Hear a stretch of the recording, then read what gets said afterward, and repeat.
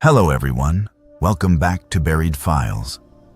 Tonight we bring you 7 deeply disturbing true lighthouse keeper horror stories that will make you question what really happens when human beings are isolated at the edge of the world, where land meets endless ocean. These are not fictional tales, but real encounters documented by lighthouse keepers who face the unknown in America's most remote and unforgiving maritime stations. Each story has been gathered from keeper testimonials, historical records, and first-hand accounts that reveal the psychological and paranormal terrors that await in these solitary towers.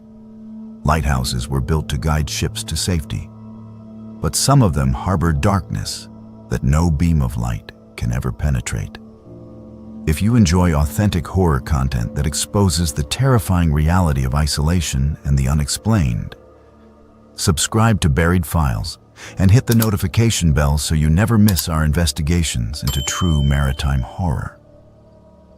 After you hear these harrowing testimonies, we want to know in the comments below if you would ever take a job as a lighthouse keeper after learning what truly awaits in these isolated stations. Now prepare yourself as we descend into the 7 most disturbing true lighthouse keeper horror stories ever documented.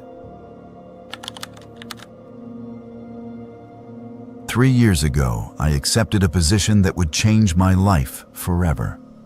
I was stationed at Beacon Point Lighthouse off the coast of Maine, and the pay was decent enough for someone fresh out of college who needed isolation to finish writing a novel. I had graduated with a degree in English literature and had spent the last year working retail jobs that drained every ounce of creativity from my body. When I saw the listing for a lighthouse keeper position that offered room and board plus a modest salary, I applied immediately without really understanding what I was getting myself into.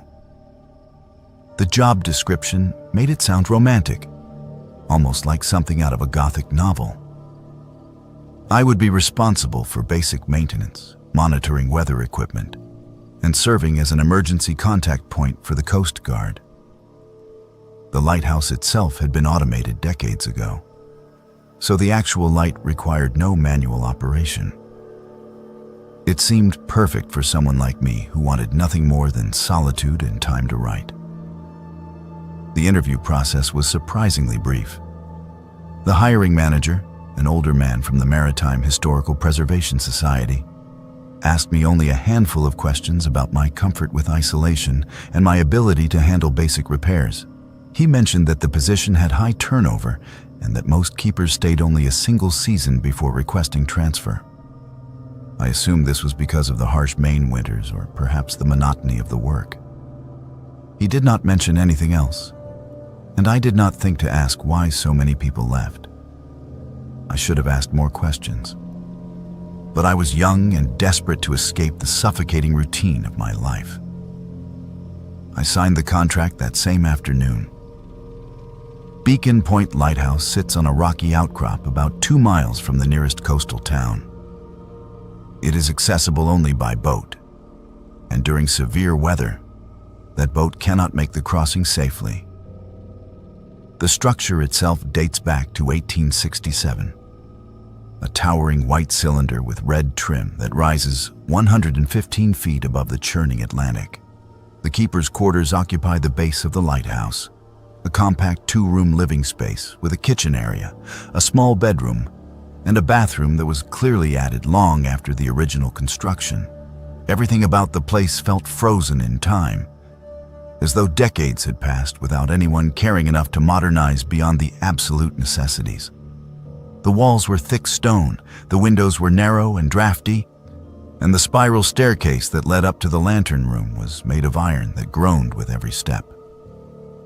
I arrived at Beacon Point in late October, right at the end of the traditional keeper rotation season.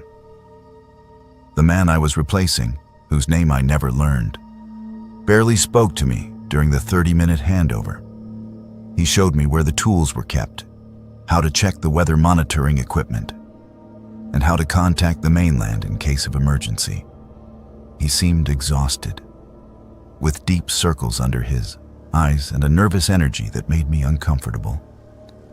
When I asked him if he had any advice for me, He paused at the door with his bags already in hand, and it said only, "Do not go up to the lantern room after dark unless you absolutely have to."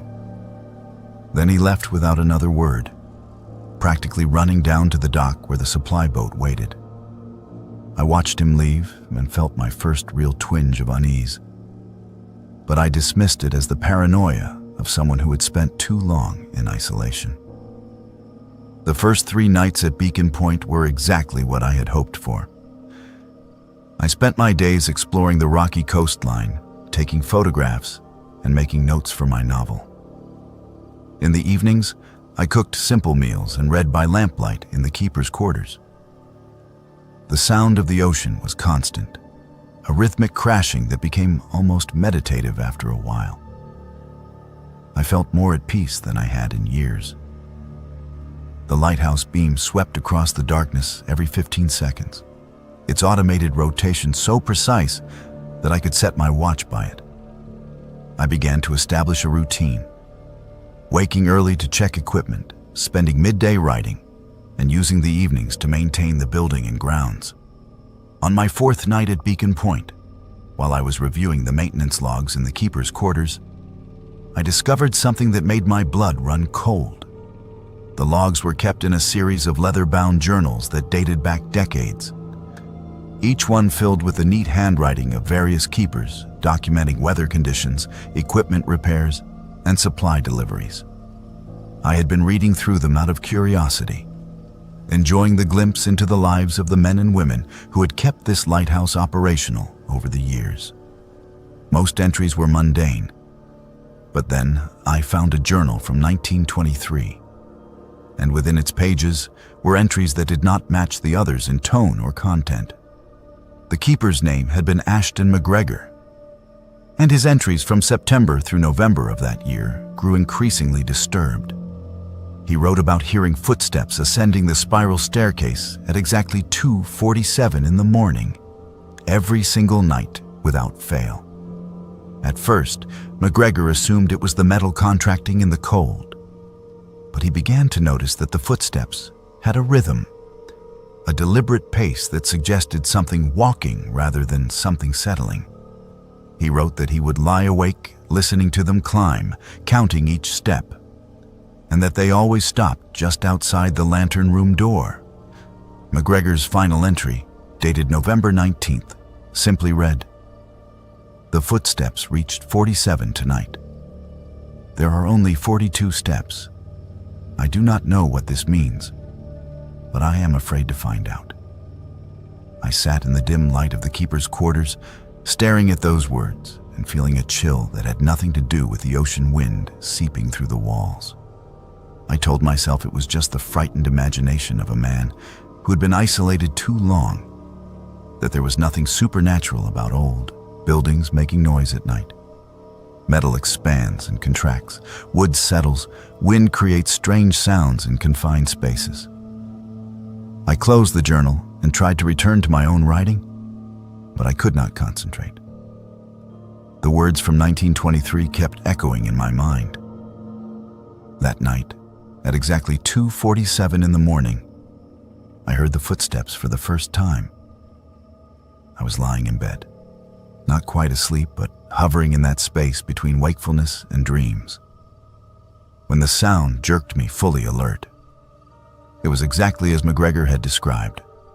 Slow, methodical footsteps climbing the iron spiral staircase. Each footfall created a distinct metallic ring that echoed through the hollow tower. I lay frozen, barely breathing, as the footsteps ascended. I began counting them automatically.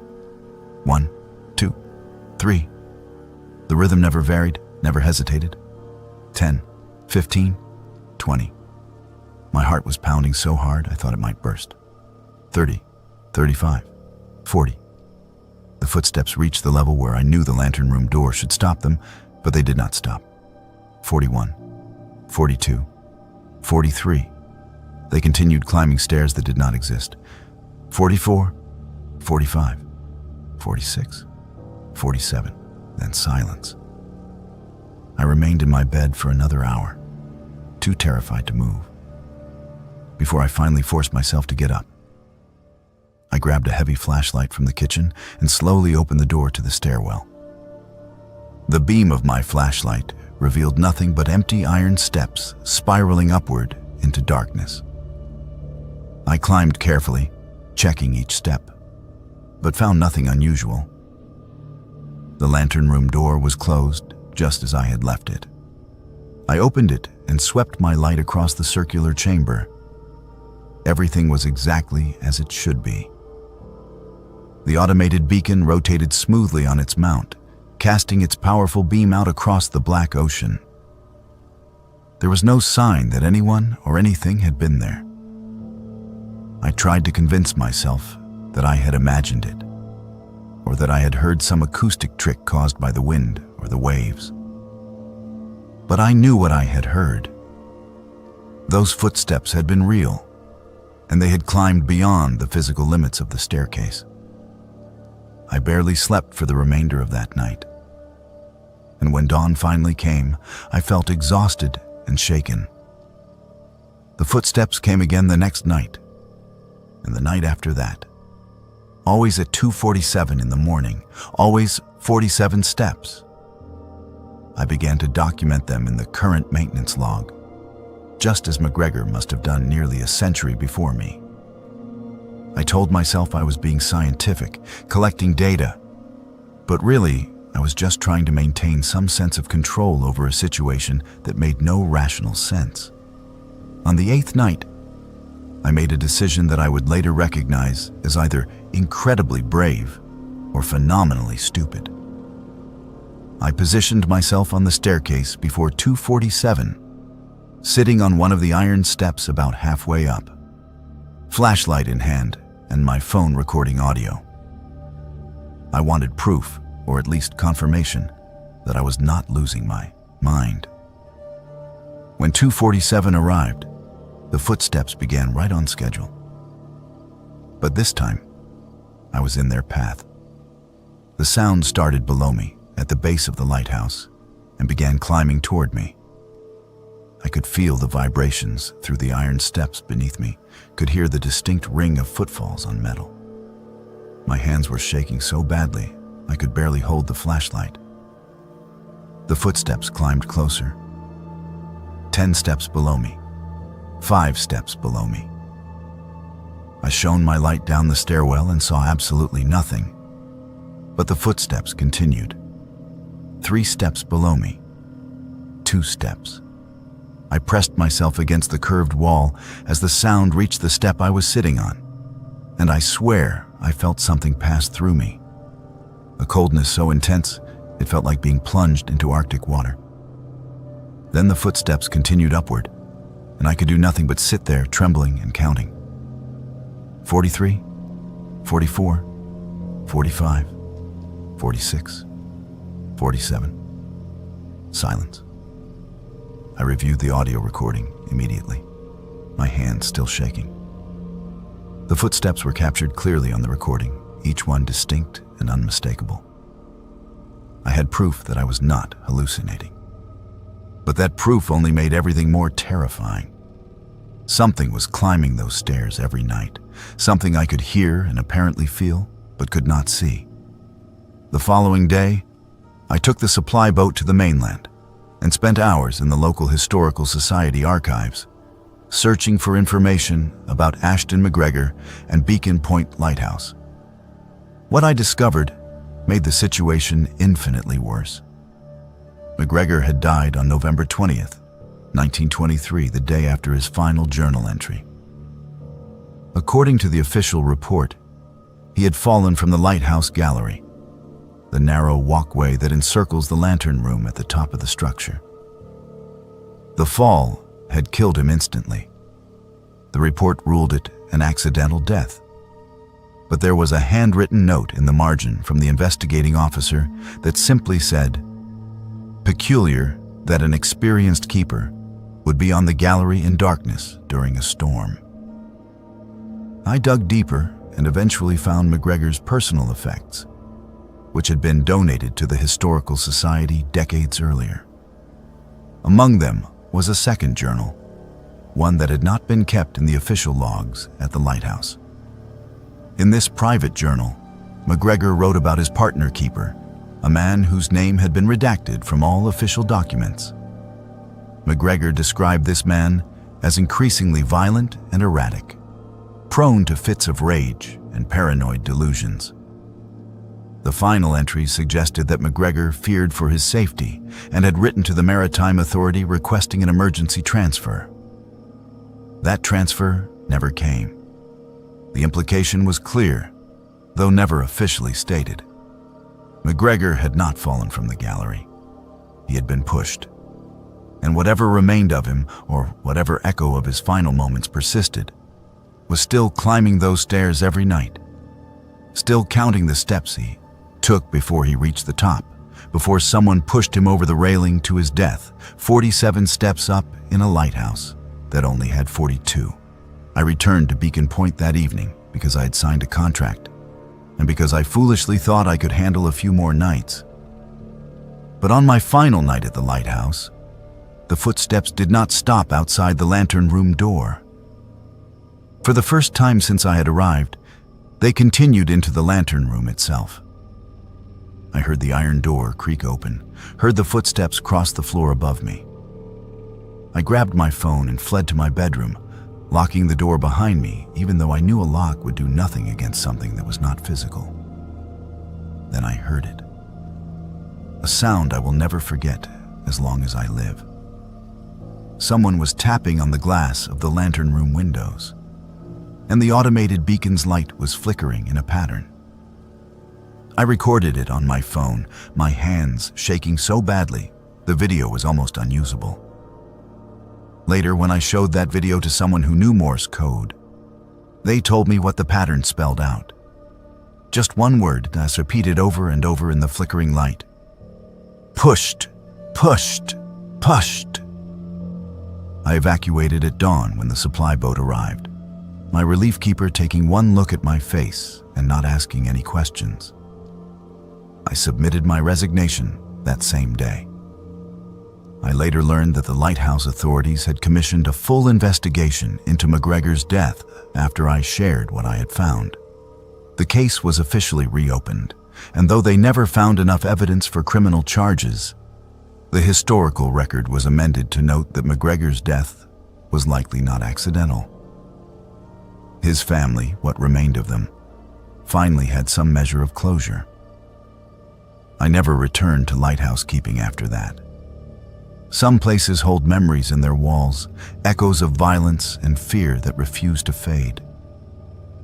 And not every death is an accident. If you ever take work in isolated places, know that you might not be as alone as you think, and the dead do not always rest quietly.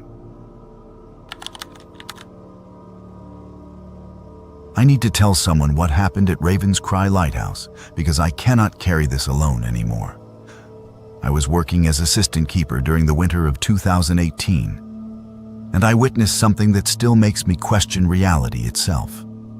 My name is Brielle, and before this experience, I considered myself a rational person, grounded in science and logic. I had studied marine biology in college and had always been drawn to the ocean, fascinated by its depth and mystery. When the opportunity came to work as an assistant lighthouse keeper on the Pacific Northwest coast, I jumped at it. The position offered hands-on experience with weather monitoring equipment and wildlife observation, both of which would benefit my career. I thought I understood the ocean. I thought I knew what lived in its depths and moved across its surface. I was wrong about everything. Raven's Cry Lighthouse stands on a jagged promontory of volcanic rock about 15 miles south of the Washington-Oregon border, accessible only by helicopter or a treacherous boat landing that is only safe during calm seas. The lighthouse itself was built in 1903 after a series of devastating shipwrecks claimed over 200 lives in the span of 5 years. The local indigenous communities had warned against building shipping routes through that particular stretch of water, claiming it was a place where the boundary between worlds grew thin, where things that should not exist could cross over during certain conditions. The government ignored these warnings, as governments tend to do, and built the lighthouse as a solution to what they saw as a navigation problem rather than a spiritual one. I arrived at Raven's Cry in November, just as the winter storm season was beginning. The head keeper was a man in his late 50s named Whitman, a career lighthouse keeper who had spent over 30 years at various stations along the coast. He was quiet and methodical, the kind of man who measured his words carefully and never spoke unless he had something meaningful to say. During my first week, he taught me the routines of lighthouse keeping. Checking the automated beacon system twice daily, monitoring weather equipment, maintaining the generator, and keeping detailed logs of everything from barometric pressure to wildlife sightings. The work was physically demanding but satisfying, and I found myself falling into a comfortable rhythm alongside Whitman. The fishing communities in the nearest coastal town, a small place called Mercy Harbor about 20 miles north, had a strange relationship with Raven's Cry Lighthouse. When I went ashore for supplies during my second week, I stopped at a general store where an elderly woman working the counter asked me where I was stationed. When I told her Raven's Cry, her expression changed immediately. She leaned across the counter and said in a low voice, "You watch for the fog, girl. The fog that moves wrong. The fog that brings visitors." I asked her what she meant, but she would not elaborate, only shaking her head and bagging my groceries in silence. I mentioned this conversation to Whitman that evening, and he dismissed it with a wave of his hand, saying that coastal communities always had superstitions about lighthouses and that we should not pay attention to local folklore. But I could tell from the way his jaw tightened when I mentioned the fog that he knew more than he was saying. Winter on the Pacific Northwest coast is brutal in ways that people who have never experienced it cannot truly understand. The storms roll in from the ocean with a ferocity that seems almost alive. Waves reaching heights of 40 and 50 feet. Wind speeds that can tear metal from its moorings. We had weathered several significant storms during my first month at Raven's Cry, and I had grown accustomed to the violence of it. The way the lighthouse would shudder and groan, but ultimately stand firm against the assault. Whitman and I had developed an efficient partnership, moving through emergency protocols with practiced coordination whenever a major system rolled through. It was during a massive storm in mid-January that everything changed.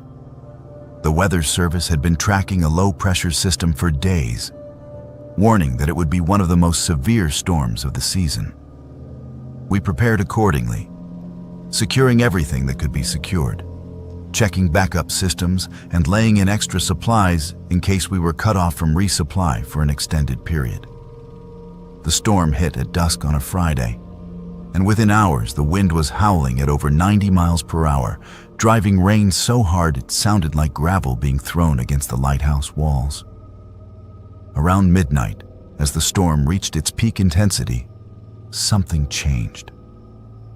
I was in the equipment room checking the backup generator when I noticed through the narrow window that the quality of the darkness outside had shifted. Despite the rain and wind, I could see a fog rolling in from the ocean. But it was unlike any fog I had ever seen. It was thick and yellowish gray, with a texture that seemed almost solid, and it was moving against the wind. That should have been impossible. Fog is essentially a cloud at ground level, composed of water droplets suspended in air, and it moves with wind currents, not against them. But this fog was pushing inland directly into the teeth of the gale, as though it had its own propulsion. I called for Whitman, and he came immediately. When he looked out the window and saw the fog, all color drained from his face. Without a word, he began moving through the lighthouse, checking every door and window, ensuring everything was locked and sealed. I followed him, confused and increasingly frightened by his behavior. "What is happening?" I asked him. "What is that fog?" He did not answer me at first, just continued his inspection of the lighthouse's security. Finally, when every entrance was secured, he turned to me and said, "We are going to stay in the central corridor tonight. No one goes near the doors or windows. No matter what you hear, no matter what you see, we do not open anything. Do you understand me?" I told him I did not understand, that he needed to explain what was happening. That is when he told me about what happened 5 years earlier, during his first winter at Raven's Cry. The same kind of fog had come during a storm, and the assistant keeper at that time, a young man fresh out of the Coast Guard, had seen something moving in the fog through the lantern room windows. Against Whitman's warnings, the young man had opened the lantern room door to get a better look. Whitman found him 3 days later on the rocks below the lighthouse, alive but completely catatonic. When they finally got him to a hospital, he remained unresponsive for 2 weeks. When he finally regained the ability to speak, he spoke only in a language that linguists could not identify, a series of clicking sounds and guttural syllables that did not match any known human language. He was eventually institutionalized, and as far as Whitman knew, he remained there still, never recovering his original language or memories. Before I could fully process what Whitman had told me, we heard the first scratching sounds on the exterior walls of the lighthouse. They started low, near the base of the structure. A sound like fingernails on stone, except amplified 1,000 times. The scratching moved upward, circling the lighthouse in a spiral pattern. Through the narrow window slits, I could see shapes moving in the yellow fog, tall and elongated, moving with a fluidity that did not match any animal I had ever studied. The scratching grew louder, more insistent, and then we heard something that made my blood turn to ice. A voice called my name. Not just any voice, but my grandmother's voice, clear and distinct. "Brielle, honey, open the door. I am so cold out here." My grandmother had died 3 years earlier from cancer, and hearing her voice so perfectly replicated, speaking words she would have said, broke something in my mind. I moved toward the door without consciously deciding to do so, drawn by a need so powerful it overrode every rational thought. Whitman grabbed my arm, pulled me back, but I fought against him. The voice kept calling, "Brielle, please. It is so cold. I just want to come inside where it is warm. Do not you want to see me again?" I do not remember much of what happened next. Whitman told me later that I had nearly overpowered him, that I was screaming and clawing at the door, trying to get it open. He said I was speaking in a voice that did not sound like my own, saying things in that same clicking language the previous assistant keeper had used. He had to physically restrain me, and eventually he dragged me to the equipment room and locked me inside for my own safety. From inside that room, I could still hear the voices. Not just my grandmother now, but others. My mother, my college roommate who had died in a car accident, my high school boyfriend. All of them calling to me, all of them begging me to open the door, to let them in where it was warm and safe. And underneath their voices, I heard something else. A sound that was not quite laughter and not quite screaming. Something that made me understand, on a primal level, that whatever was out there was not human, had never been human, and wanted very badly to make me think otherwise. The scratching intensified until it sounded like the entire exterior of the lighthouse was being clawed by 1,000 hands. The beacon in the lantern room began to dim, the electrical system fluctuating despite having no mechanical reason to do so. Through the narrow window of the equipment room, I watched as the yellow fog pressed against the glass, and within it, I saw faces forming and dissolving, mouths opening impossibly wide, eyes that were just dark holes in pale flesh. Then something massive hit the main door with enough force to crack the heavy reinforced wood. I heard Whitman shouting, heard him dragging furniture to barricade the entrance. Another impact. The wood splintered. I pressed myself into the corner of the equipment room, sobbing, convinced that whatever was outside was going to get in and that we were going to die or worse. The assault continued for what felt like hours. Impact after impact against the door. The voices never stopped calling. The scratching never ceased. At some point, I passed out from sheer terror and exhaustion. When I woke, sunlight was streaming through the window. The storm had passed. The fog was gone. I stumbled out of the equipment room to find Whitman sitting on the floor near the barricaded door, looking like he had aged 10 years overnight. Together, we carefully removed the barricade and opened the door. The sight that greeted us was something out of a nightmare. Every surface of the lighthouse exterior was covered in deep claw marks, gouges in the stone and metal that went down several inches. The marks were not consistent with any animal. They were too large, too deep, and too numerous. Some of them appeared to have been made by hands, with too many fingers.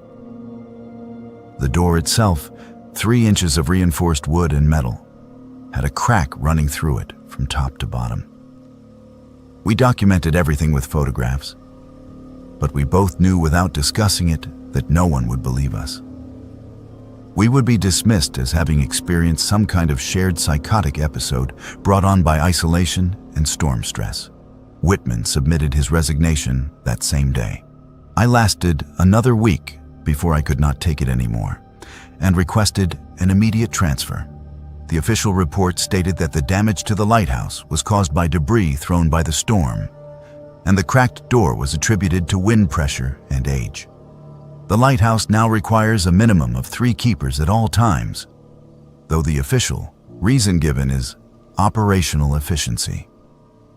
The doors have all been replaced with steel-reinforced versions that lock from the inside with heavy deadbolts. I transferred to an inland research station where I work with freshwater systems and never have to see the ocean. I still have nightmares about that night, about the yellow fog and the voices calling my name. Sometimes I wake up speaking in that clicking language, words forming on my tongue that I do not understand. Whitman and I exchange emails occasionally, but we never discuss what happened. There is nothing to say. We both know what we experienced, and we both know that the ocean keeps its secrets. But sometimes those secrets come looking for witnesses. If you ever take work near the water, trust the warnings of people who have lived there their entire lives. Some knowledge is passed down through generations for a reason, and some doors should never be opened, no matter who is calling your name from the other side. Back in 2015, I took a winter contract at Northwatch Lighthouse because I needed money and did not mind isolation. What I found there still wakes me up at night, and I have never told anyone the complete truth about what happened. My name is Declan, and before I accepted that position, I was working construction jobs across the Northern Territories, moving from site to site, barely making enough to cover my debts. When a recruiter contacted me about an emergency replacement position at an Arctic lighthouse, offering 3 times my usual pay for a 3-month commitment, I did not hesitate. I should have asked why they were so desperate to fill the position. I should have questioned why the previous keeper had left so abruptly that they needed someone immediately, regardless of experience. But I was broke and desperate, and desperation makes you ignore warning signs that would otherwise seem obvious.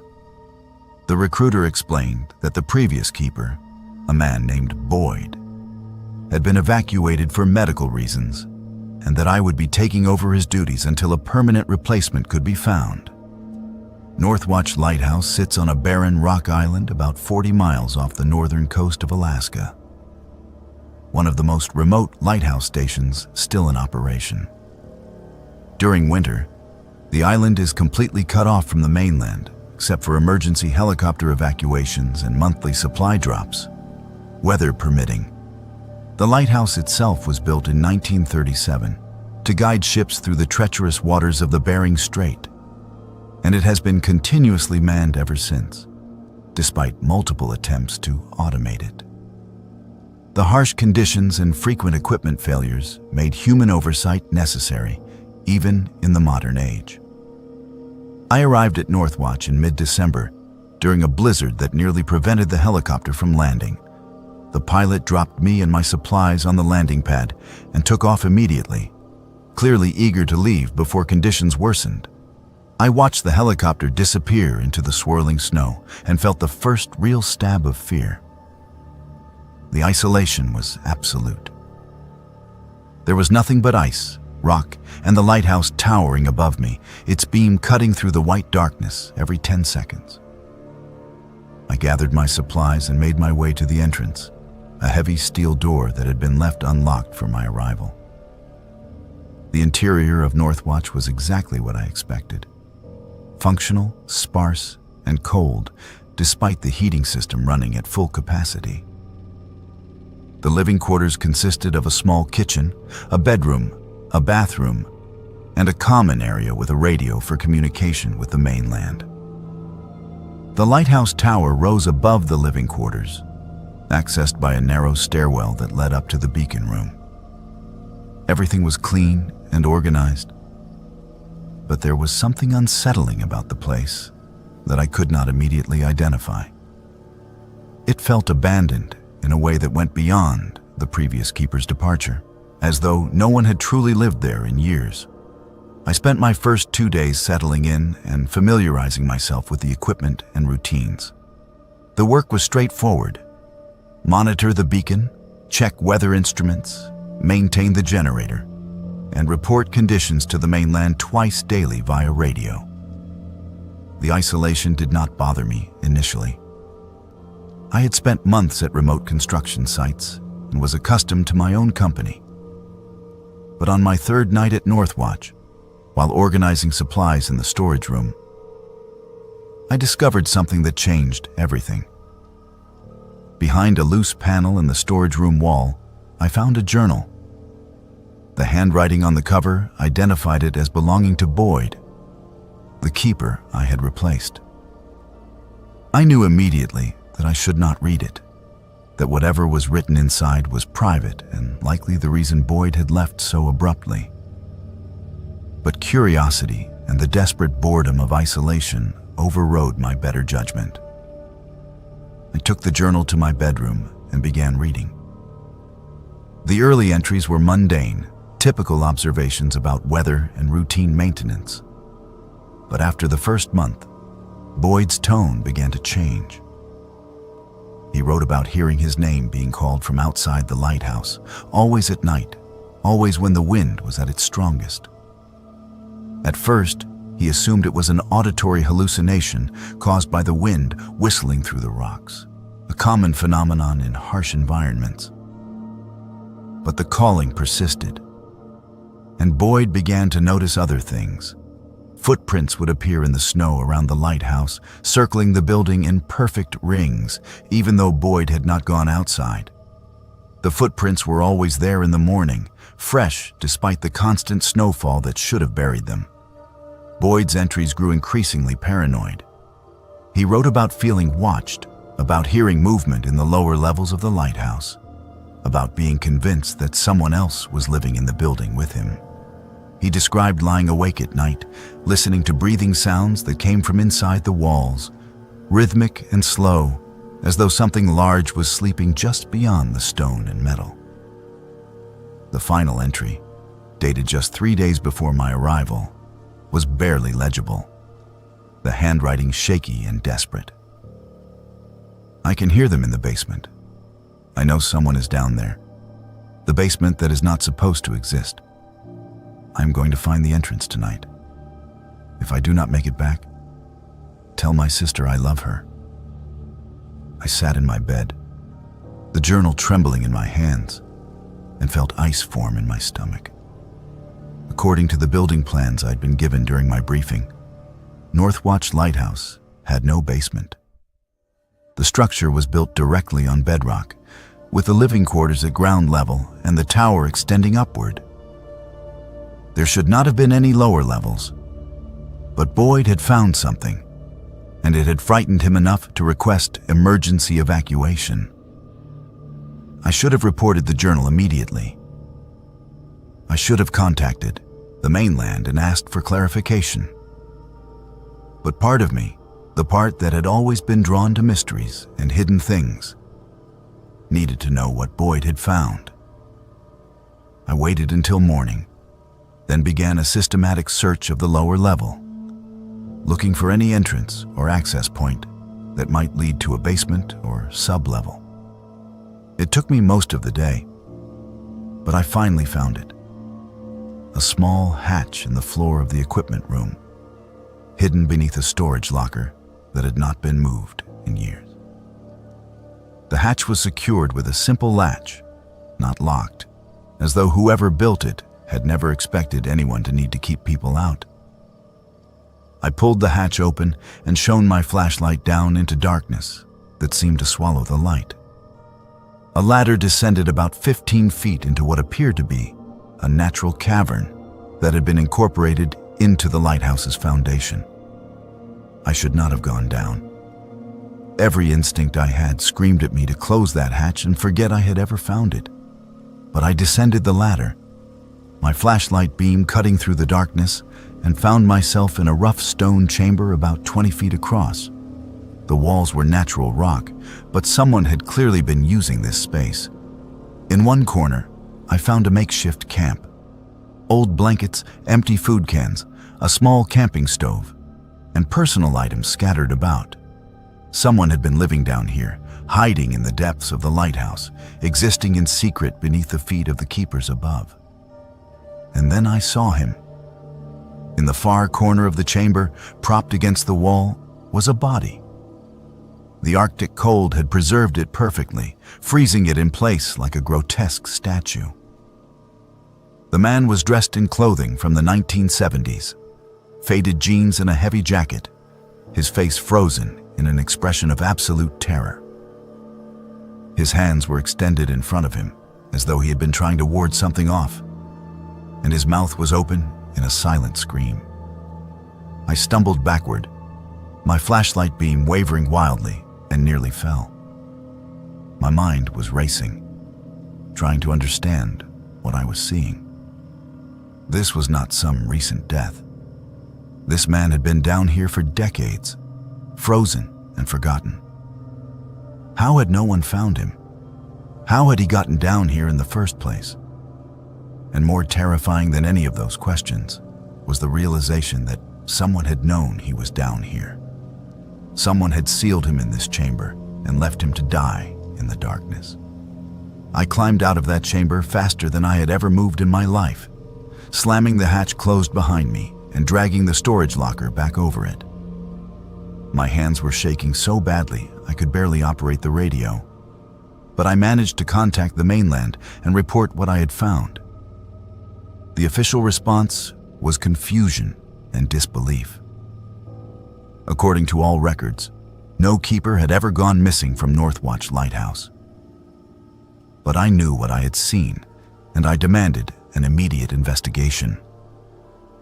It took 3 days for investigators to arrive, weather preventing any earlier landing. During those 3 days, I barely slept. I kept hearing sounds from below, movement in that sealed chamber as though whatever had killed that man was still down there, stirring.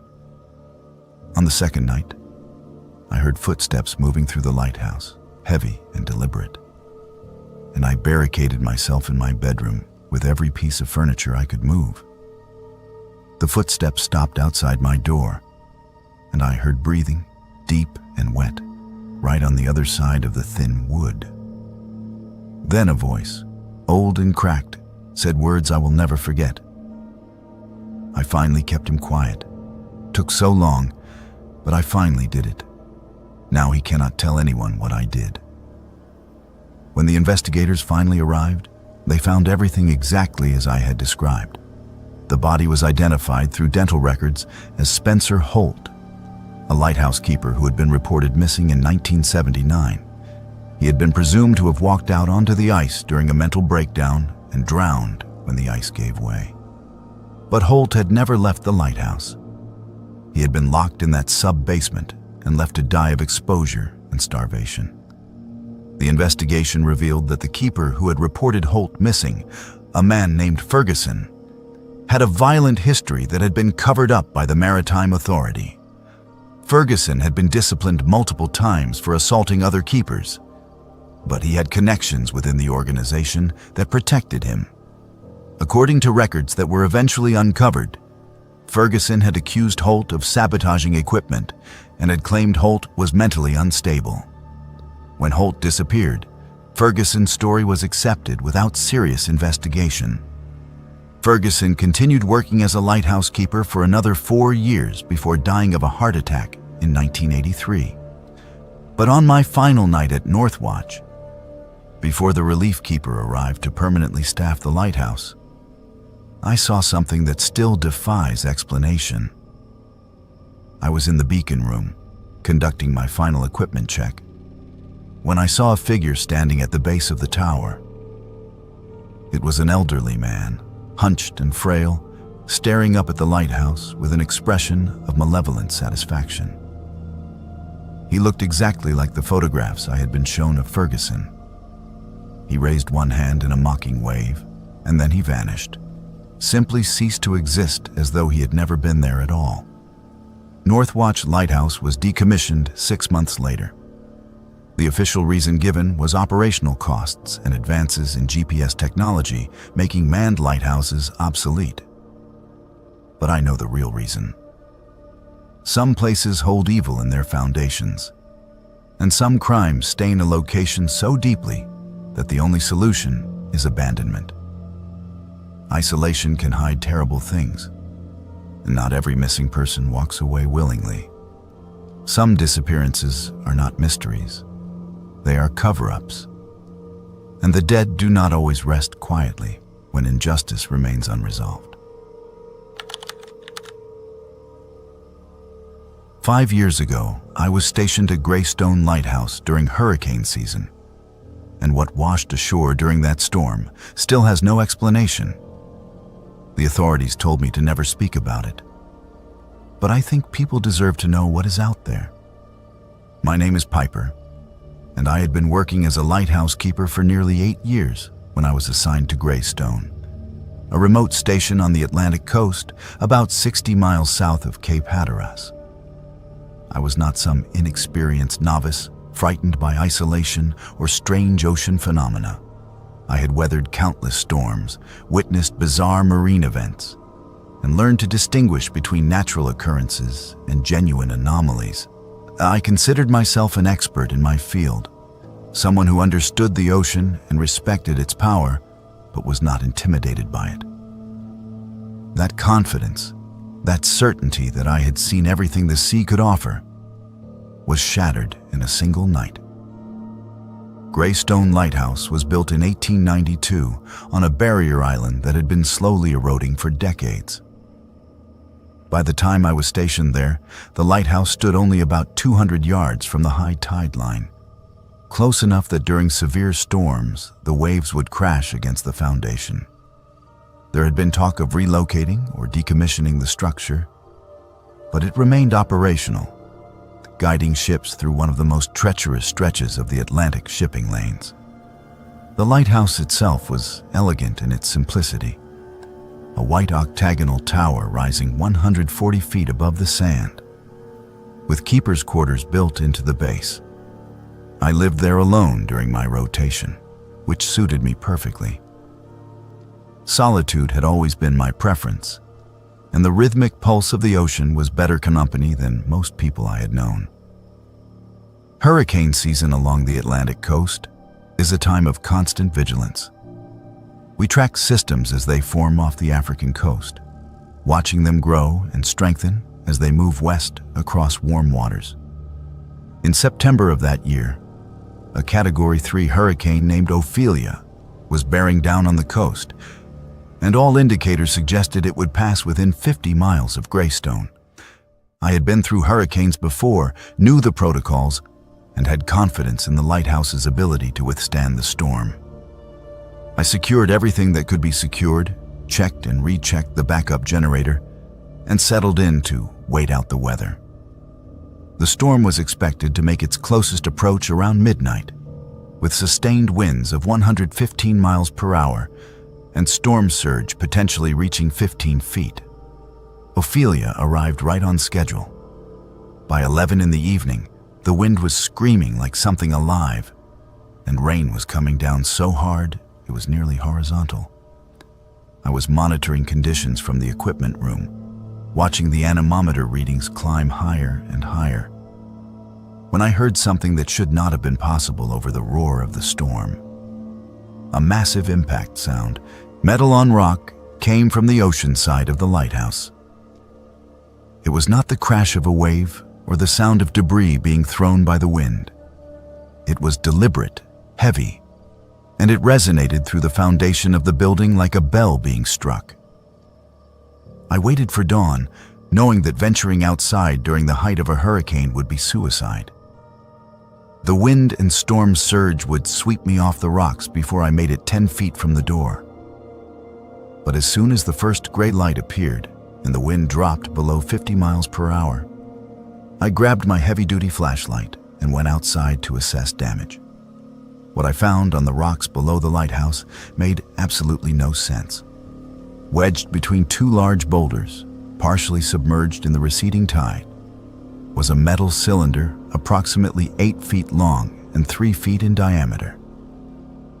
It was covered in barnacles and marine growth, suggesting it had been in the ocean for some time.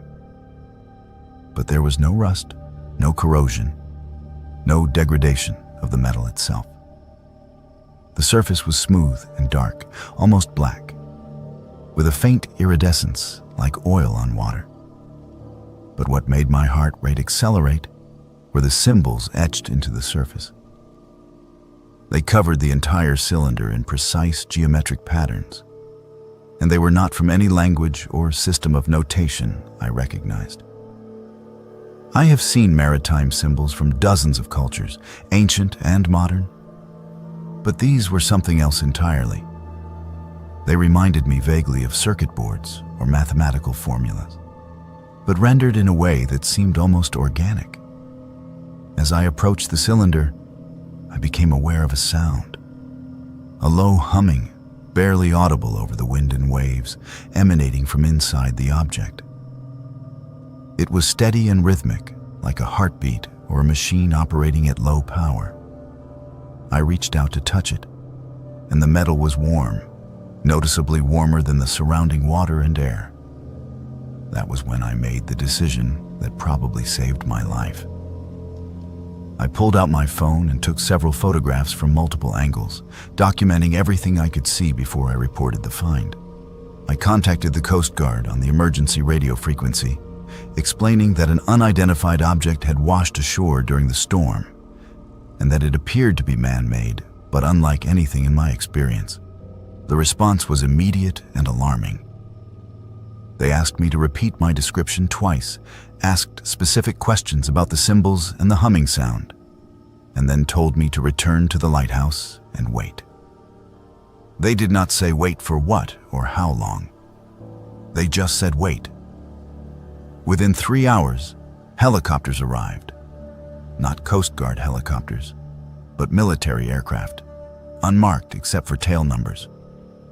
Men in tactical gear deployed onto the beach, and they moved with the precision of special operations personnel.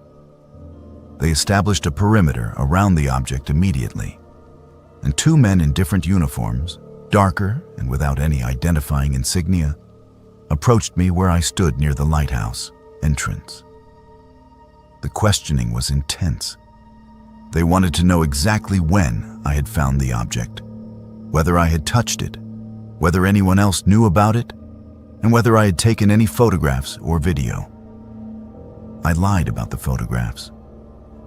Some instinct told me that admitting to having documentation would result in those photographs being confiscated, and I wanted to have some proof of what I had witnessed. They seemed satisfied with my answers and told me to remain inside the lighthouse while they worked. From the equipment room window, I watched them for hours. They had brought specialized equipment, devices that they held near the cylinder, taking readings that made them gesture animatedly to each other. At one point, I saw one of the men speaking urgently into a satellite phone, and whatever he heard in response made him turn and look directly at the lighthouse, directly at the window where I was standing. I stepped back instinctively, feeling exposed despite the distance. By late afternoon, a large military transport helicopter arrived, carrying what appeared to be a specialized container. The divers went into the water and attached rigging to the cylinder, and they lifted it out with precision, placing it carefully into the container. The entire operation took less than 30 minutes, and then they were preparing to leave. That was when the man in the dark uniform came to speak with me again. He was polite but firm. He explained that what I had found was weather monitoring equipment from an experimental program, that it had broken free from its moorings during the storm, and that its recovery was classified for national security reasons. He thanked me for my cooperation and asked me to sign a non-disclosure agreement, which was really not a request at all. The document was vague, stating only that I agreed not to discuss classified equipment or operations with any unauthorized personnel. I signed it because I understood that refusing was not actually an option. Before he left, the man looked at me for a long moment and said something I will never forget. He said, "You found weather equipment. That is the only thing you found. It would be unfortunate if you suffered an accident or lost your keeper's license over misremembering events. People who work in isolated locations need to be reliable and stable. We would hate to have concerns about your reliability." It was not a direct threat, but the implication was crystal clear. Speak about this, and there would be consequences. They left as quickly as they had arrived, and I was alone again on the beach, with nothing but disturbed sand and my own racing thoughts. That night, I checked my phone for the photographs I had taken. Every single one was corrupted, showing only gray static. I checked my backup cloud storage, my computer, every device I had. The photographs had deleted themselves, or more likely, someone had remotely wiped them while I was distracted. The only proof I had that any of it had happened was my own memory and the disturbed sand on the beach that would be smoothed away by the next tide. I kept my position at Greystone for another 2 months, finishing my contracted rotation, but I transferred to an inland station as soon as I could. The ocean no longer felt like something I understood. It felt like something that held secrets I was not meant to discover. And every time I looked at the horizon, I wondered what else was out there beneath the waves. 3 years later, I was watching a documentary about unidentified submersible objects, phenomena that Navy vessels and research ships have been recording for decades. Objects that move underwater at speeds that should not be possible, that appear on sonar and then vanish, that seem to defy our understanding of physics and engineering. At one point, the documentary showed grainy footage of symbols that had been recorded from one of these objects. They were identical to the symbols I had seen on the cylinder at Greystone. I contacted the documentary producers, offering to share my experience, but I received no response. I tried reaching out to researchers who study these phenomena, but no one would return my calls or emails. The ocean hides things governments do not want found, and some discoveries come with consequences. Not everything that washes ashore is meant for civilian eyes, and not every mystery will be solved. If you work near the water, understand that you may witness things you will never be allowed to discuss, and that the truth is often buried under layers of official denial. What I found that night was real. And somewhere in a classified facility, that cylinder sits in storage, its purpose and origin known only to a select few who will never share what they know. I worked at Blackwater Lighthouse for 2 seasons, and I learned why they have the 3-day rule. No keeper stays alone longer than 3 days. I am the reason that rule exists, and I have to live with what I did. My name is Hayden, and before my experience at Blackwater, I considered myself unshakable. I had served 4 years in the Coast Guard, worked on deep-sea fishing vessels in the Bering Sea, and spent 18 months as a solo keeper at a remote weather station in the Aleutian Islands.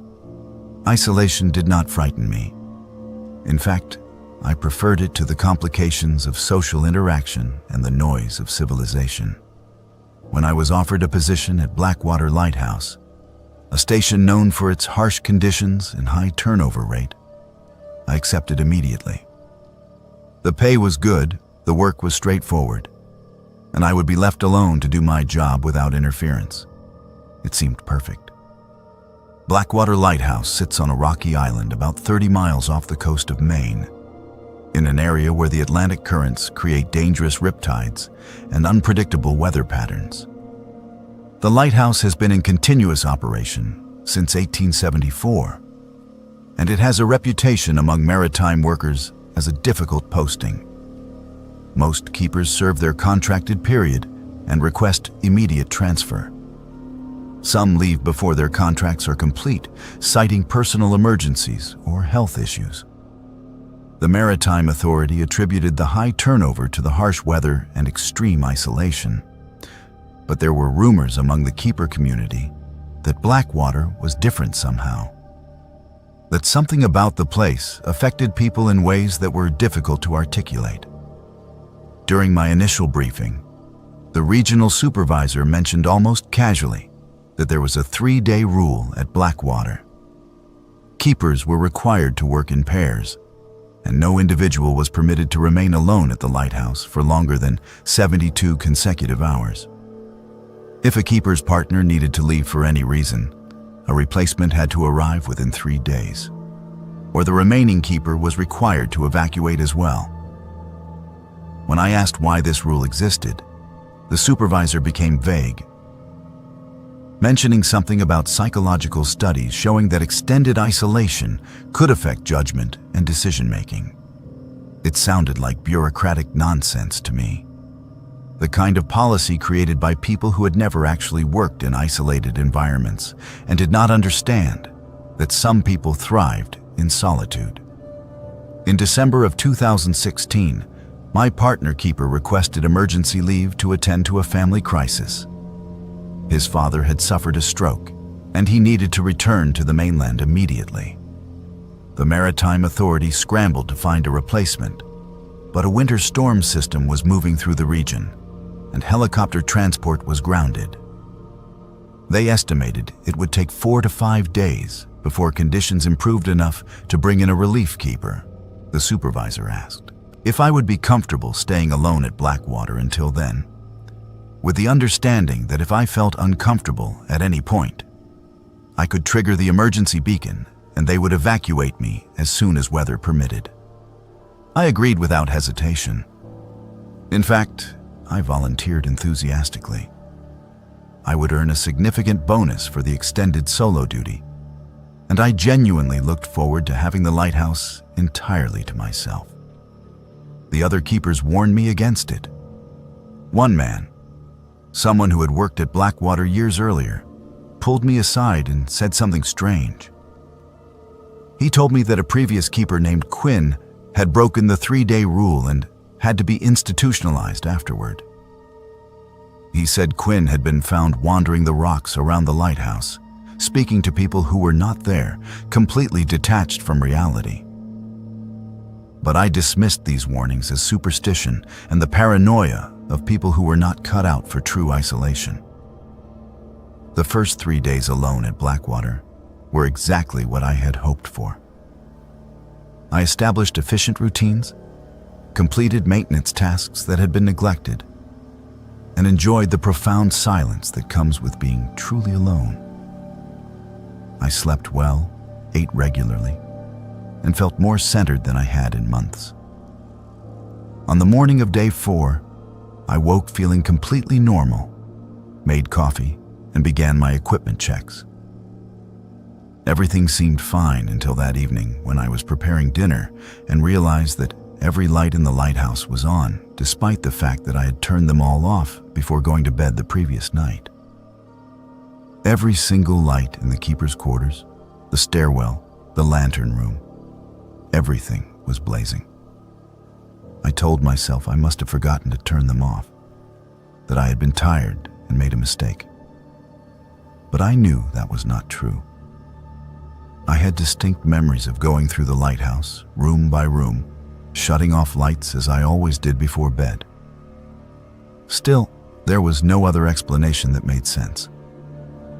I turned off all the lights again, carefully and deliberately, and went to bed. On the morning of day 5, every light was on again. This time, I checked the security camera system that monitored the lighthouse interior. I scrolled back through the footage from the previous night and felt my blood run cold. The cameras had recorded me walking through the lighthouse at 3:15 in the morning, methodically turning on every light. I watched myself on the grainy footage, moving with purpose, my face blank and expressionless. I had absolutely no memory of doing this. I had been asleep, or so I thought, but the evidence was undeniable. I had been sleepwalking, something I had never done in my entire life.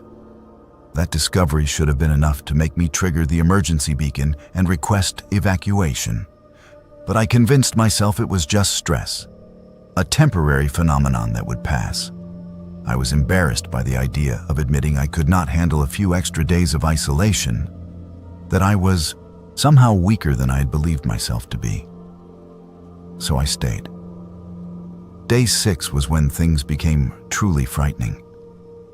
I woke up in the afternoon, which was unusual because I typically rose early. My body ached in ways that suggested intense physical activity, but I could not remember doing anything strenuous. When I looked in the bathroom mirror, I discovered bruises on my arms and shoulders, dark purple marks that looked like someone had grabbed me forcefully. I had no memory of injuring myself. I checked the security footage again and found hours of recorded activity that I had no recollection of whatsoever. The footage showed me in the lantern room in the middle of the night, pacing in circles, stopping periodically to stare out at the ocean. At one point, I saw myself approach the glass and press my hands against it, leaning forward as though trying to push through. Then I watched myself go to the equipment room and begin taking tools off the wall. I carried a hammer and a pry bar up to the keeper's quarters and began striking the walls, hitting the same spot repeatedly, creating a hole in the plaster. After several minutes of this, I stopped, returned the tools, and went back to bed. I found the hole in the wall exactly where the footage showed it would be. But the most disturbing part of the footage was the moment when I paused in the middle of pacing and turned to look directly at the security camera. My face was completely blank, my eyes unfocused, but my mouth was moving. I increased the volume and heard myself speaking in a low monotone, saying the same phrases over and over. They want out. I can hear them in the walls. I need to break the walls. They want out. I checked the lighthouse maintenance log, which I had been keeping meticulously since arriving. There were entries in my handwriting that I did not remember writing, scattered among my normal daily notes. The entries were disturbing. The walls are too thick. I need more time. They're getting louder.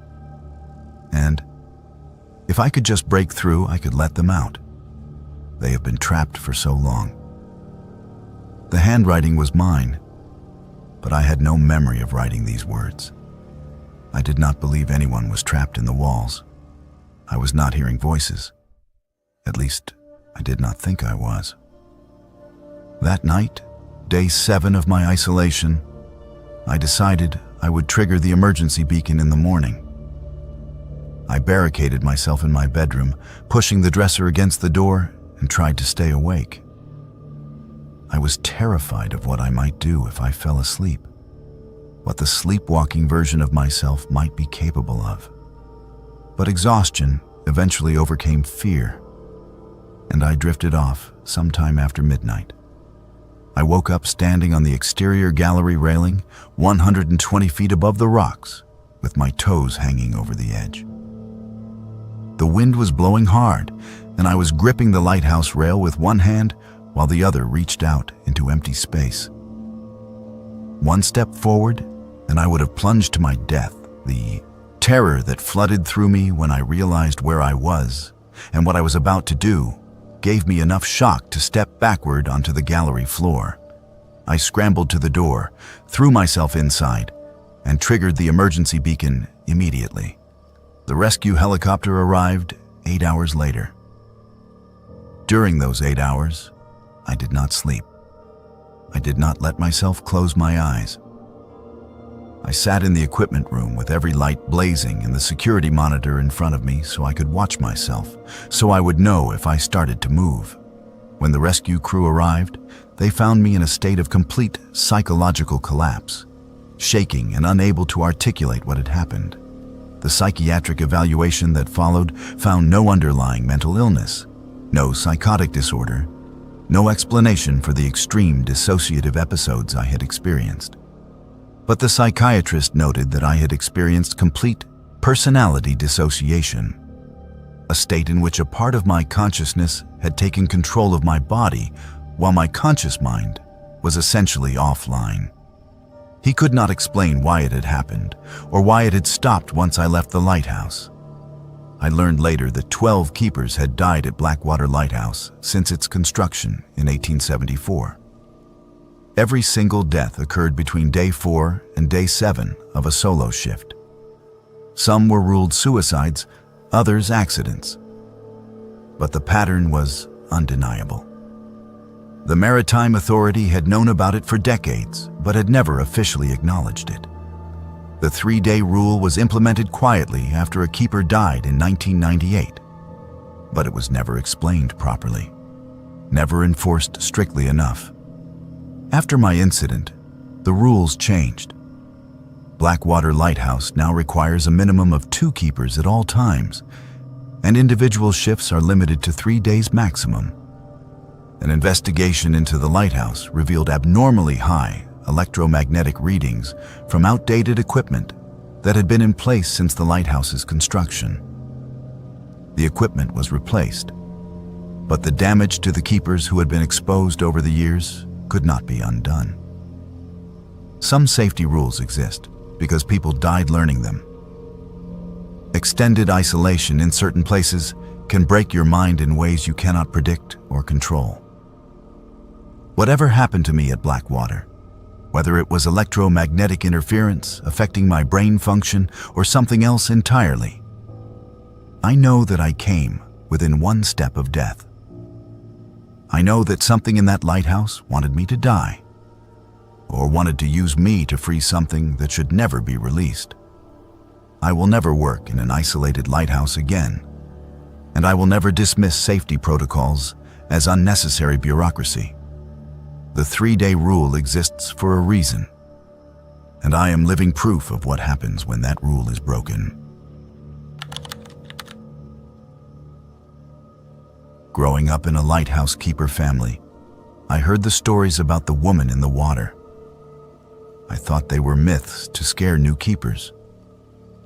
Then I took my first solo watch at Widow's Point Lighthouse, and I learned some myths are memories.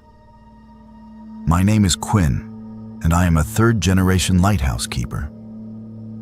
My grandfather kept lights along the New England coast for 40 years, and my father followed in his footsteps for another 30. I grew up hearing their stories, learning their trade, and understanding that lighthouse keeping was not just a job, but a calling, a tradition passed down through generations. The ocean was in my blood, and I knew from childhood that I would spend my life at the edge of the world, keeping the lights burning for ships that passed in the darkness. Widow's Point Lighthouse stands on a rocky promontory jutting into the Atlantic about 12 miles south of Portland, Maine. It was built in 1847 after a series of devastating shipwrecks claimed over 100 lives in a single winter. The lighthouse has a dark history, one that every local fisherman knows, but outsiders rarely hear. In 1849, a keeper named Joseph Delaney was stationed at Widow's Point with his wife, Sarah, and their 2 young children. That winter, Joseph received word that the ship carrying his brother and nephew had gone down in a storm. Joseph had been on duty when the ship passed, but he had failed to spot the vessel's distress signals in time. By the time rescue ships reached the wreck, everyone aboard was dead.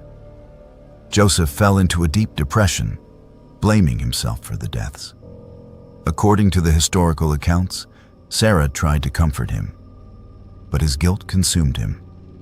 3 weeks after receiving the news, Joseph walked out onto the ice during a blizzard and never returned.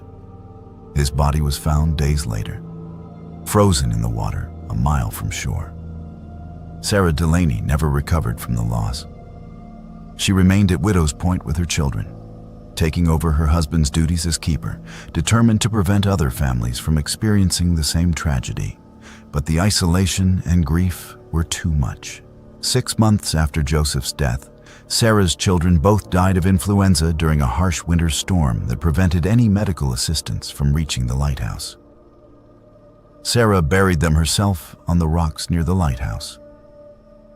A week later, during another storm, Sarah was seen by a passing ship standing on the rocks below the lighthouse in her white nightgown, staring out at the sea. The next morning, her body was found in the water at the base of the cliffs. The official report called it an accidental drowning, but everyone who knew her understood it was suicide. Sarah had thrown herself into the ocean, unable to bear the weight of her losses. For over 170 years, fishermen and sailors have reported seeing a woman in white standing on the rocks near Widow's Point during storms. They call her Sarah Delaney, or simply the woman in white. And there is a superstition among the maritime community that when she appears, someone will die at sea within 3 days, unless her warning is heeded. My grandfather saw her twice during his career, and both times, he told me, ships were saved because he had been extra vigilant in watching for vessels in distress. My father saw her once, and he managed to spot a fishing boat whose engine had failed in heavy seas, directing rescue efforts that saved 4 lives. They both spoke of her with respect, even reverence, believing that Sarah's spirit remained at Widow's Point, trying to prevent the kind of tragedy that had destroyed her family. I took my first solo keeper position at Widow's Point in the fall of 2017. I was 28 years old and eager to prove myself capable of handling the responsibilities my father and grandfather had carried with such skill. The position had been difficult to fill because of the lighthouse's reputation, but I viewed the stories about Sarah Delaney as family folklore, comforting tales that gave meaning to the difficult work of lighthouse keeping. I did not truly believe in ghosts or supernatural warnings.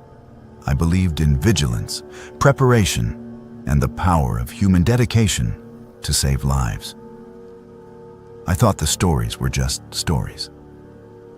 My first storm at Widow's Point came in early November, a powerful nor'easter that brought wind gusts over 70 miles per hour and waves that crashed against the base of the lighthouse with enough force to make the entire structure shudder. I was monitoring weather conditions and radio traffic, maintaining constant communication with the Coast Guard about shipping activity in the area. The storm was expected to last through the night, and several vessels had already diverted to safer waters or returned to port. I was preparing coffee in the keeper's quarters around midnight when I glanced out the window toward the rocks below. She was standing there, exactly as my grandfather had described. A woman in a white dress, her hair loose and flowing in the wind that should have torn her clothing and knocked her off her feet. But she stood perfectly still, untouched by the storm, staring out at the black ocean. Her dress glowed faintly in the darkness, as though lit from within. I felt my heart stop. Every rational explanation fled my mind, and I was left with the undeniable reality that I was looking at something that should not exist. I grabbed binoculars with shaking hands and focused on the figure. Her face was pale and beautiful, with an expression of profound sadness. She was not looking at the lighthouse or at me. She was staring fixedly at a point on the horizon, her hand raised as though pointing towards something I could not see. I tried to follow her gaze, scanning the dark water with my binoculars, but I could see nothing beyond the waves and storm. Then I remembered what my grandfather had told me. If you see her, she is showing you where to look. She is warning you that someone needs help. I immediately returned to the radio and contacted the Coast Guard, informing them that I had reason to believe a vessel might be in distress to the north of Widow's Point, even though I had no concrete evidence. The operator was skeptical, but protocol required them to investigate any potential distress situation. They dispatched a helicopter to search the area I indicated. For the next 2 hours, I maintained constant watch on the northern waters, straining my eyes against the darkness and storm. The woman remained on the rocks below, still pointing, still staring. Then, at 2:30 in the morning, I spotted it through my telescope. A faint emergency strobe light, barely visible between the waves. A pleasure yacht had lost engine power and was drifting dangerously close to a reef system that would tear it apart. I immediately reported the sighting, and Coast Guard rescue helicopters were diverted to the location. The rescue took 3 hours, but all 4 people aboard the yacht were saved. When I looked back down at the rocks, the woman was gone. I went outside at dawn, after the storm had passed, and searched the rocks where she had been standing. There were no footprints, no evidence that anyone had been there. But I knew what I had seen, and more importantly, I knew that 4 people were alive because of the warning she had given. I saw Sarah Delaney 2 more times during my tenure at Widow's Point. The second time was during a winter storm when a cargo ship's navigation system failed, and they were heading directly toward shallow waters. Her appearance prompted me to contact the vessel and warn them of the danger, preventing what would have been a catastrophic grounding. The third time was during a dense fog when a small fishing boat's radio failed. I only spotted them because I had been scanning the exact area where Sarah had been pointing, seeing their visual distress signals that would otherwise have been invisible in the fog. I have now been keeping lights for 11 years, and I consider Sarah Delaney to be my most reliable partner in the work of saving lives at sea. Other keepers at Widow's Point have reported seeing her as well, though she does not appear to everyone. My father believes she only reveals herself to keepers who will act on her warnings, those who will take the risk of seeming foolish or paranoid in order to potentially save lives. I have come to understand that her appearances are not hauntings in the traditional sense. She is not trapped or suffering. She has chosen to remain, to continue the work she started when she took over her husband's duties after his death. She is still trying to prevent other families from experiencing the loss that destroyed her own. The maritime community in this region knows about Sarah. When I mentioned seeing her to veteran sailors, They nod with understanding and respect. They tell their own stories of near misses and unexplained warnings that saved their lives.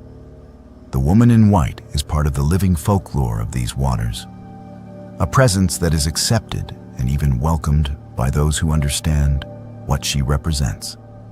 I know that to most people, this story will sound like the delusion of someone who has spent too long in isolation, someone whose mind has created comforting explanations for coincidence and chance.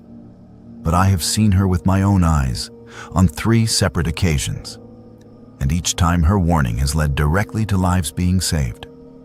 I have spoken with other keepers who have had identical experiences. The evidence may be anecdotal, but it is consistent and compelling.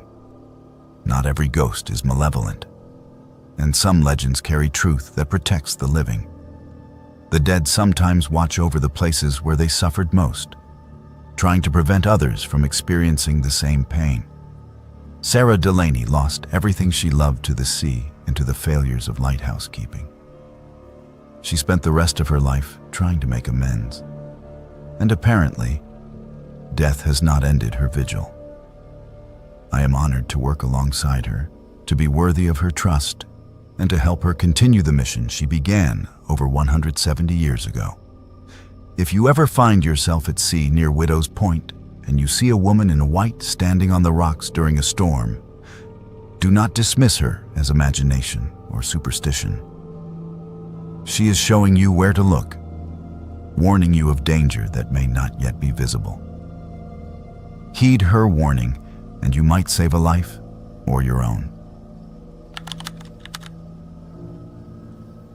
In December 2019, I was stranded at Stormbreak Lighthouse for 19 days when my relief keeper never arrived. By the time rescue came, I had made a discovery that explained why no one wanted to work there anymore, and why my predecessor MacArthur vanished without a trace. My name is Jace, and I was working as a temporary keeper, covering a staff shortage during the winter season.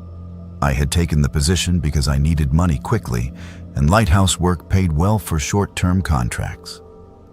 Stormbreak Lighthouse sits on a rocky island about 8 miles off the coast of Northern California, a notorious posting that had seen 7 keepers quit in the previous 18 months. The Maritime Authority was desperate enough that they were accepting anyone with basic qualifications and a willingness to endure the isolation. The briefing I received before deployment was minimal at best. A harried supervisor in a regional office spent maybe 20 minutes going over basic procedures, handed me an equipment manual, and assured me that my 14-day rotation would pass quickly. He mentioned, almost as an afterthought, that the previous keeper, a man named MacArthur, had left abruptly after only 6 days, citing family emergency. When I asked if MacArthur had left any notes or observations that might be useful, the supervisor said everything had been removed with his personal effects and that I would be starting fresh. There was something in his tone, a forced casualness, that made me wonder what he was not telling me. But I needed the money, and I had already signed the contract, so I did not press for details. I arrived at Stormbreak on a cold morning in early December, dropped off by supply boat along with provisions for my 2-week stay. The lighthouse was exactly what I expected. Functional but worn, with the kind of institutional bleakness that comes from decades of minimal maintenance and high turnover.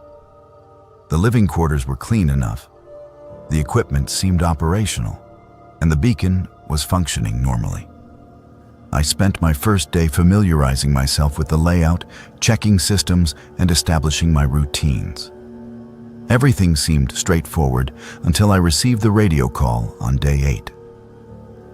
A major storm system was tracking toward the coast, and the supply boat that was supposed to bring my relief keeper could not depart until conditions improved. The supervisor apologized and said they would get someone out to me as soon as the weather cleared, probably another 3 or 4 days at most. I was not thrilled about the delay, but I had weathered storms before and had adequate supplies. I told them it was fine and settled in to wait.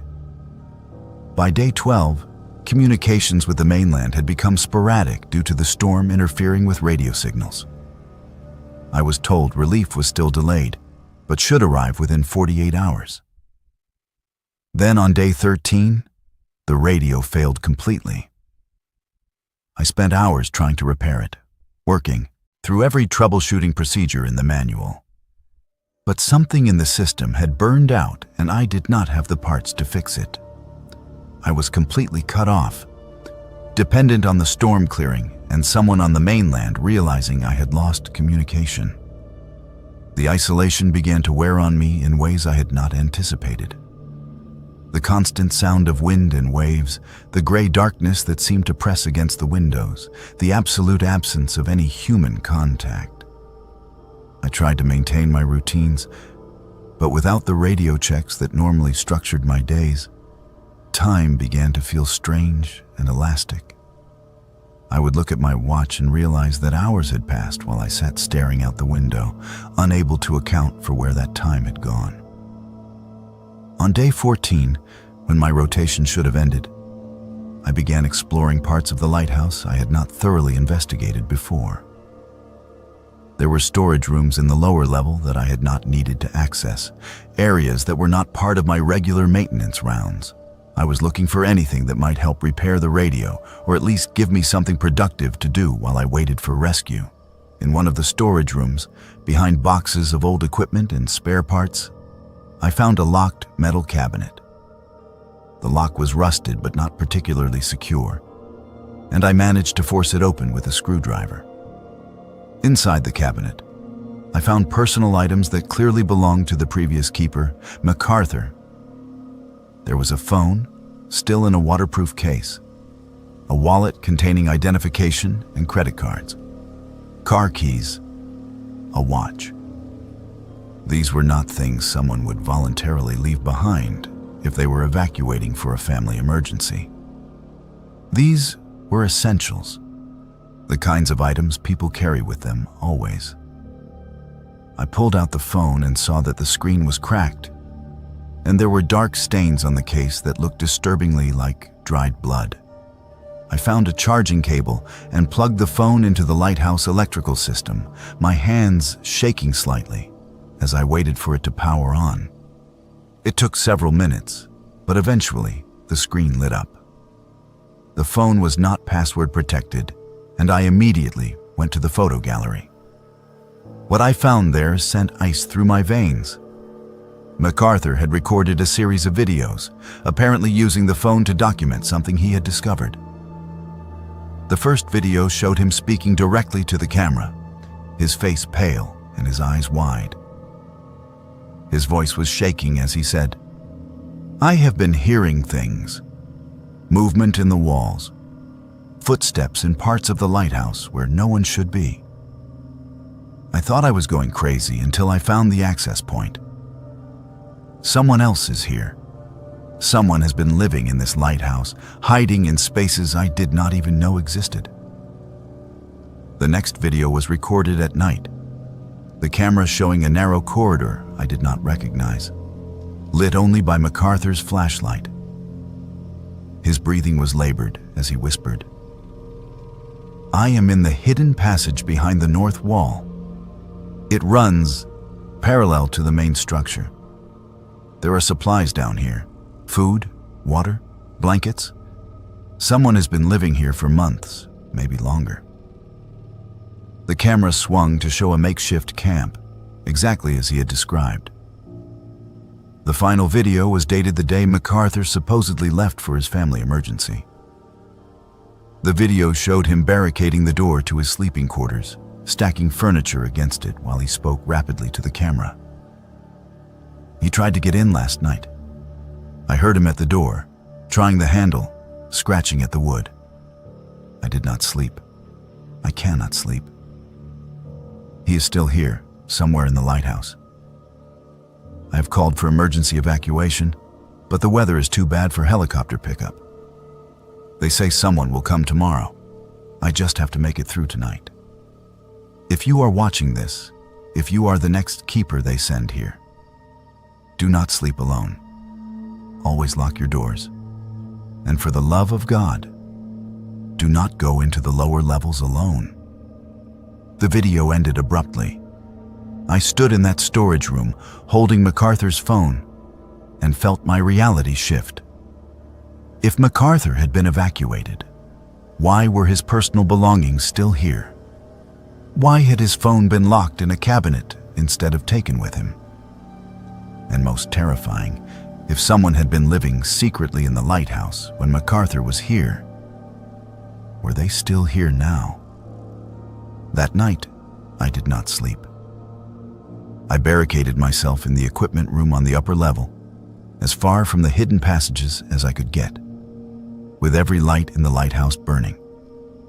I sat with my back against the wall, a heavy wrench in my hands, listening to every sound. Around midnight, I heard them. Footsteps, slow and deliberate, moving through the lower level. They were too heavy to be imagination, too regular to be wind or settling structure. Someone was walking through the lighthouse. The footsteps moved closer, climbing the stairs toward my position. I heard them pause outside the equipment room door, then breathing, deep and wet, right on the other side of the thin wood. A voice, barely more than a whisper, said words that I will never forget. The lighthouse is mine. They always leave. You will leave too. I saw a shadow move across the crack at the bottom of the door, saw the handle slowly turn as someone tested it from the other side. The door was locked, but it was not a security door, just a simple interior latch that could easily be forced. I waited in absolute terror for the door to burst open, for whoever was out there to come through. But after several minutes, the footsteps retreated back down the stairs. I stayed in that room for 3 more days, leaving only briefly to grab food and water from the kitchen when I was certain I heard no one moving below. I fired every emergency flare I could find, hoping someone on the mainland would see them and realize something was wrong. On the morning of day 19, a Coast Guard helicopter finally arrived. They had been attempting to reach me for days after the yacht's radio failure, but weather had prevented any rescue attempt until that morning. When I told the Coast Guard crew what I had found and what I had experienced, they conducted a thorough search of the lighthouse. They discovered exactly what MacArthur's video had shown: an elaborate network of concealed spaces within the walls of the lighthouse, accessed through a panel in the lower storage room that was nearly invisible unless you knew where to look. The spaces contained months' worth of supplies, makeshift furniture, and personal items. DNA testing on items found in the hidden spaces matched a hiker named Spencer Holt, who had been reported missing in 2017 while hiking near the coast. Further investigation revealed that Holt had apparently suffered some kind of mental breakdown while hiking and had discovered the lighthouse's hidden spaces, perhaps originally built for smuggling in the 19th century. He had been living there for over 2 years, emerging only when keepers were absent, stealing supplies from their stores, and hiding whenever new keepers arrived. The high turnover rate at Stormbreak suddenly made sense. Other keepers had probably sensed something was wrong, had perhaps heard sounds or noticed supplies disappearing, and had left rather than confront whatever was happening. The most disturbing discovery came when divers searched the waters around the lighthouse. They found human remains on the rocks below the cliff face on the north side of the lighthouse. Forensic analysis identified them as belonging to MacArthur. The cause of death was determined to be blunt force trauma consistent with a fall from significant height, but there were also defensive wounds on his hands and arms, suggesting he had been in a struggle before he fell. The official ruling was homicide. Holt was eventually located and arrested. He was deemed mentally incompetent to stand trial and was committed to a psychiatric facility where he remains today. Stormbreak Lighthouse was decommissioned permanently, the automated beacon maintained remotely, but no longer requiring human keepers. The most dangerous thing in isolation is not being alone. It is thinking you are alone when you are not. MacArthur learned that lesson, and it cost him his life. I learned it too, and I was lucky enough to survive. Always secure your environment and trust your instincts when something feels wrong. If supplies disappear, if you hear sounds that should not be there, if you feel watched in a place where you should be alone, do not dismiss those feelings as paranoia. Sometimes the most rational response to irrational fear is to leave immediately and let someone else figure out why you were afraid.